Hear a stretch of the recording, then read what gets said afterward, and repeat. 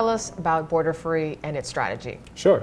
Borderfree really starts from the premise that all e-commerce is global. If you have a website and people increasingly all around the world, and in terms that population has shifted massively over the past 10 years, can access it, they see something that they want to be able to buy from you, for whatever reason, a particular product from your brand, they naturally assume they should be able to buy. And when we started the business back in 2008, really for American retailers, they weren't selling to people from outside the US.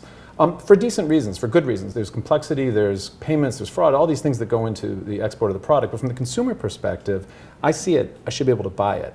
And that's what we tapped into, was really being able to satisfy that demand that already existed by really just trying to take down the friction points between the retailer and the consumer, make it easy and low risk for the retailer, and make it elegant and trouble-free for the consumer. And that's what we're about. Not just now about US retailers, but also expanding into the UK and bringing UK retailers onto the platform.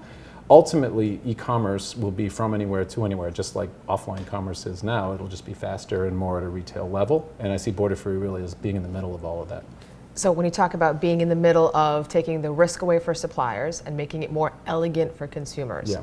On a practical level, can you explain a little bit more so we could touch it, see it, understand it better? Sure, absolutely. So let's start with the consumer experience. I mean, the absolute worst consumer experience is going onto a website, not being able to figure out, let's say you're in Canada, the only way you can figure out if you can buy a product from a particular retailer is actually to shop the site, put it into a shopping cart, and then try and figure out if there's a province drop down or a country drop down to figure out if you can ship the product to them.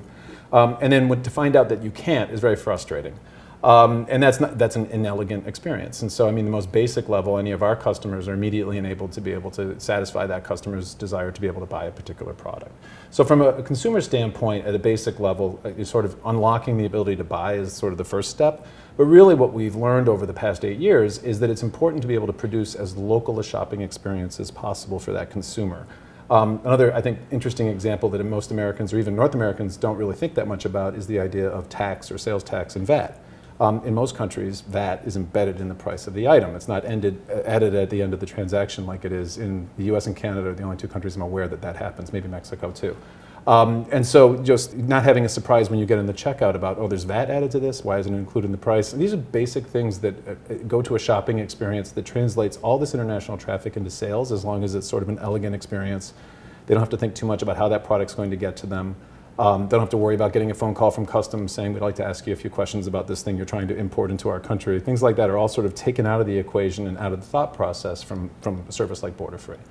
On the retailer's side of things, trying to figure out things like foreign languages, trying to figure out things like import and export regulations, how do I manage foreign payment types, fraud, all of these things add up to a lot of complexity and risk that the retailers wouldn't normally be willing to take on, which is where Borderfree really steps in and takes all that on.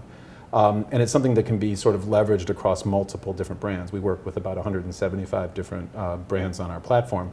And so the benefit of that is sort of all of our experience is able to accrue individually to these brands. So they're able to sell to the consumer, again, in that way that's hopefully elegant and in a way that gives as local a shopping experience as possible. That's really what we're driving towards, is delivering that local shopping experience, because the goal here is to be able to convert those visitors at the same rate that an American would convert.